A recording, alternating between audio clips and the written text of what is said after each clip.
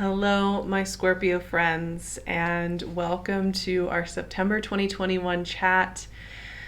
I am really looking forward to working with September's energy. It is very introspective. It's a lot to do with discernment and clarity.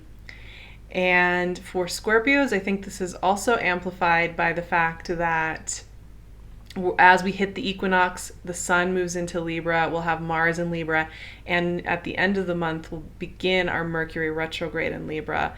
The Mercury will be moving through Libra in the pre-shadow phase for most of the month.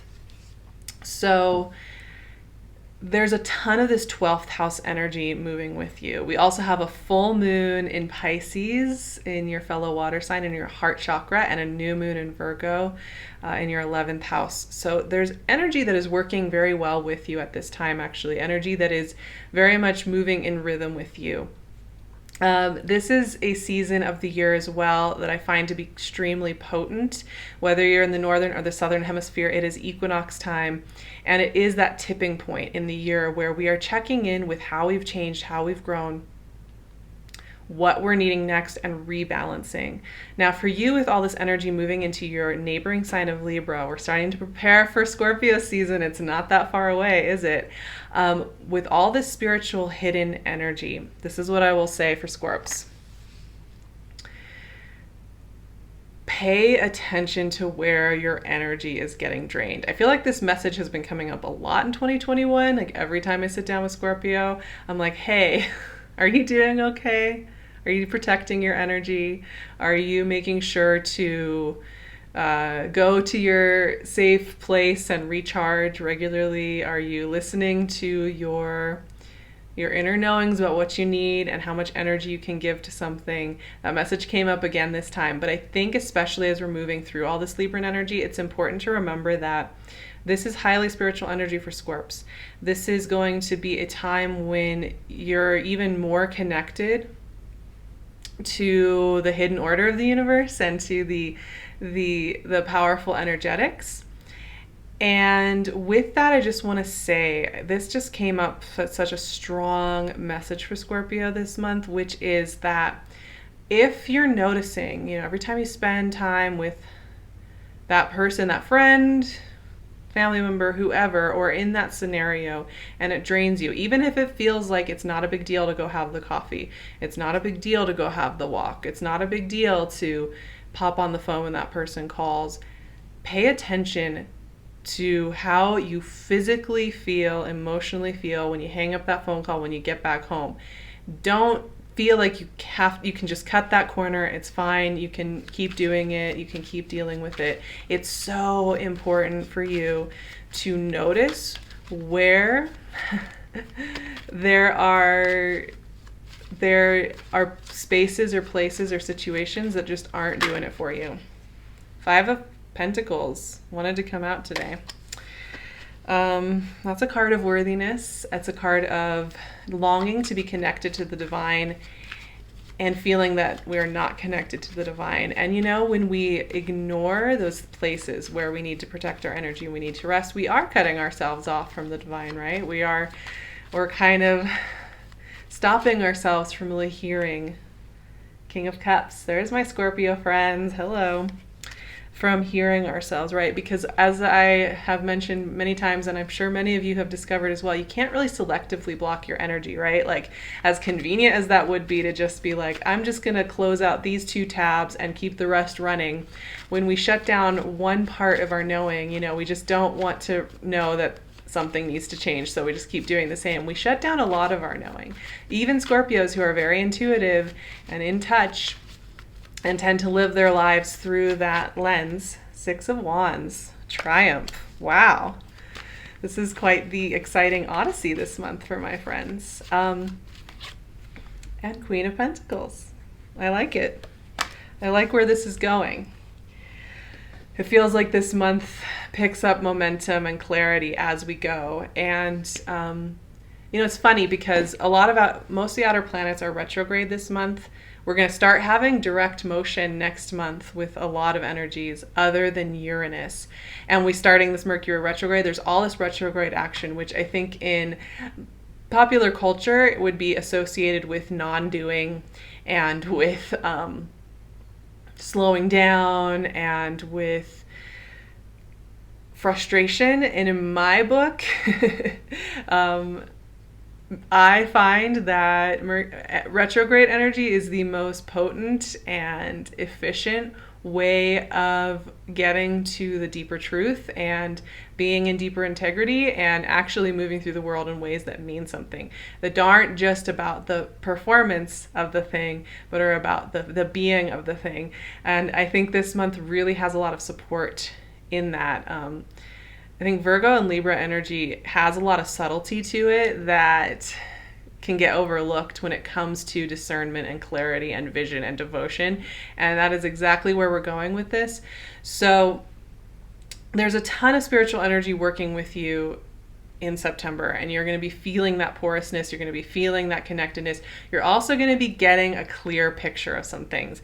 And I like that we're starting with this Five of Pentacles. The beginning of this month is pretty potent. You know, we have this new moon in Virgo at the same time that Mercury is going to start its pre-shadow phase on the 6th. And this is kind of a potent day because we're checking in here. You know, this whole month is one big check-in. It's one big tune-up, one big reconnective moment. Five of Pentacles to me, when I was saying, you know, pay attention to where you're getting drained. You know, it doesn't always have to be personal either. I think sometimes we think of, oh, you know, get away from that toxic person, whatever. It doesn't necessarily mean that it has to be this adversarial, terrible thing, right? Sometimes, like, we even like a person, right? Like, we enjoy them as a friend. We enjoy talking to them. We think they're a really cool person, but they still make us really tired. You know, I've known a couple of friends like that where I love them. I love hanging out with them, but I have to be kind of wise about when I hang out with them because I can't keep up with that energy all the time, right? And there are days when it's just not the right day for me to hang out with them. And I think with sometimes we don't let ourselves listen to those knowings.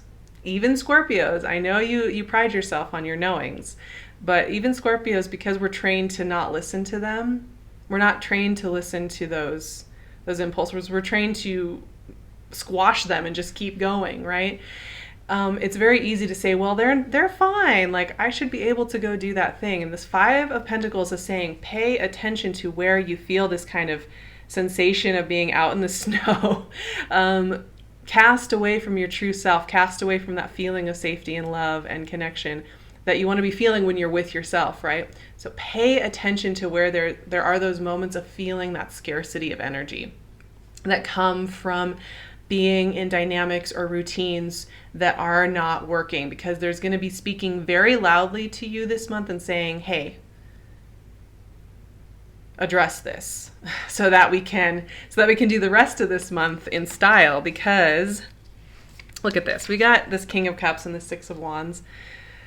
These are cards of ultimate triumph in the end. So one thing I would say with this is, one, King of Cups is about the mastery of the intuitive space, right? Which is, you know, when you're really in tune and you're tapped into your own intuitive process, right? It's very calm. Like, there's not a lot of drama that comes with it. There is this steadiness because you know that when you hear that, you feel that nudge, you feel that pull, you feel that adjustment that needs to be happening, you're going to take care of it right then and there. It doesn't need to be, you know, harsh or cold or anything. You just know you're going to make the right adjustment so that you feel safe within yourself. And the King of Cups really represents that level of hearing that. It makes me think of Elizabeth Gilbert. She's, you know, she's well known. She wrote Eat, Play, Love, but she does some really great interviews. And one of the things she was saying is that, you know, anymore she just follows through when she knows something needs to be adjusted. Like, she had been dating somebody in the last couple of years. At some point she was dating somebody and she realized they were hanging out one evening, and the person that she was dating got up to go get a glass of water, and in that moment she realized that this wasn't the right fit for her. And actually, when he came back with the glass of water, she addressed it right then and there. She said, this isn't right for me. She's a Cancer. She's not Scorpio. But I love that story because for me, it's like it wasn't dramatic. It wasn't about her, she just was super direct. And that's what King of Cups is all about. And what I find with this too is that, mastering King of Cups energy is not about the big breakups or the big meltdowns or the big moments where we've ignored our impulses for so long that it's become this big event, right? It's about mastering it in those little moments, realizing, oh my gosh, like I know I put in my calendar that I was supposed to go on a 3-mile run today, but if I'm actually listening to my body right now, I need an extra hour of sleep. Or if I eat that specific food, I know it's going to enervate me for the rest of the day, and adjusting. So King of Cups is telling me right now that like the way to all the goodness this month, don't undercut yourself. Don't undercut those impulses that are telling you, hey, I need this right now. We need to adjust this. It is going to lead to really, really, really good clarity and ultimately answers that you've been waiting for. 6 of Wands to me, yes, it's about kind of coming out of the thick of the wood and ascending, right, to a great place. But 6 of Wands is about getting clear on where you're headed, knowing where you're directing your course. And there has been a lot of confusing messaging in the last couple of years. There's been a lot of chaotic energy and a lot of confusing, muddled energy moving through in these big waves. And even if you're somebody who has a really good sense of integrity in yourself and is very good at taking care of yourselves, which I know Scorpios, you all tend to focus on these skills and these skill sets and need them in your lives. But even with people, and I'm one of them, who are doing those practices, it can still feel a bit muddled. It can still feel a bit confusing. But what I'm seeing here is that confusion giving way to clarity. And the way that is happening, though, is through these little moments of integrity with yourself. And those just snowballing into this wonderful divine clarity that gets you out of what Dante calls the dark wood of error and into the sunlight again. Now we also have Queen of Pentacles. I love her. And to be fair, 3 weeks out of this month are going to be Virgo season as we lead up to the equinox. And there's this grounded, harmonious energy that works so well with you, Scorpios, and it's something you can really use to advantage.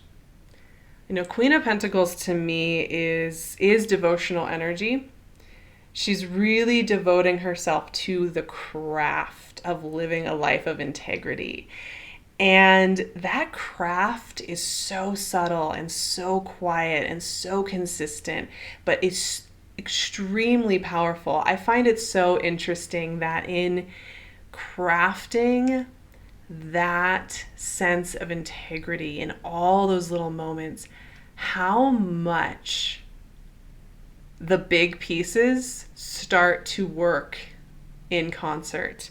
And I'm even looking at this image and there's a little rabbit at the bottom and there's like all these little creatures and plants that are being tended there. This is a place of peace. This is a place of centeredness. This is a place of calm. And, when I look at the Queen of Pentacles too, she's kind of meditative. And what it makes me think about is really coming home to oneself and in that quiet space of cultivation, getting amazing downloads, getting amazing information, seeing clearly. And in fact, what I'm seeing as I'm doing this reading with Scorpio is seeing clearly. There being so much clarity this month for you. Where there has been muddled not knowing, where you have had to just sit and wonder and think, I wonder what's going to happen next. I wonder if I'll ever know about this, the outcome of this thing, or what my next step is. we're coming out of the shadows, out of the confusion, and into deep knowing clarity. And it does come from this quiet, hidden place, right? It comes from a place that I think is so innate in Scorpio that it's almost easy to forget it's there. It's almost easy to forget that you have this special antenna, this special spot in yourself. And it's like an antenna that goes down into the into the depths, into the deep truths, right? It's so easy to underplay our own gifts, our own knowing, our own ability to really know. And this month is a reminder to let yourself use those gifts, my friends, because you're going to be getting answers. The way is going to get so much clearer. The knowing is going to get so much clearer. And with that, I also want to say that this is an important time to take care of yourself because, you know, with more answers comes more questions. With more answers comes more next steps. So we want to make sure also that you're really tending to your energy. And that's where I think Queen of Pentacles and King of Cups, these royal energies that are about mastering, listening to our intuition and cultivating and devoting ourselves to it, that is going to lead you forward into amazing new chapters. And in many ways, this equinox is a bit of a rebirth. This is a powerful equinox, and of what path you want to choose. Do you want to choose the paranoid, scattered, chaotic path, or do you want to choose the whole, clear, calm path? And we're all going to need to make those choices over and over again in our lives. But this month really is inviting us into that clear, calm path so that we can live a life of resiliency, beauty, art, and all the good stuff. So I'm so excited to reconnect with you in October. I can't believe it's so close. And Scorpio season and all the goodness that we're going to be working with there. So I'm so excited to meet with you again in just a little bit. I would love to see you on Patreon. We're going to be going over all the powerful stuff going on in September. I hang out with everybody there weekly and we do a lot of fun things together. So I'd love to see you there and offer you that support. You can also find me on my Instagram and my website. So I'll leave all my links so you know where to find me. And I'd love it if you stuck around and liked and subscribed, and we can have a lot more fun chats in the future. I love you, Scorpios, so much, and I'll talk to you soon.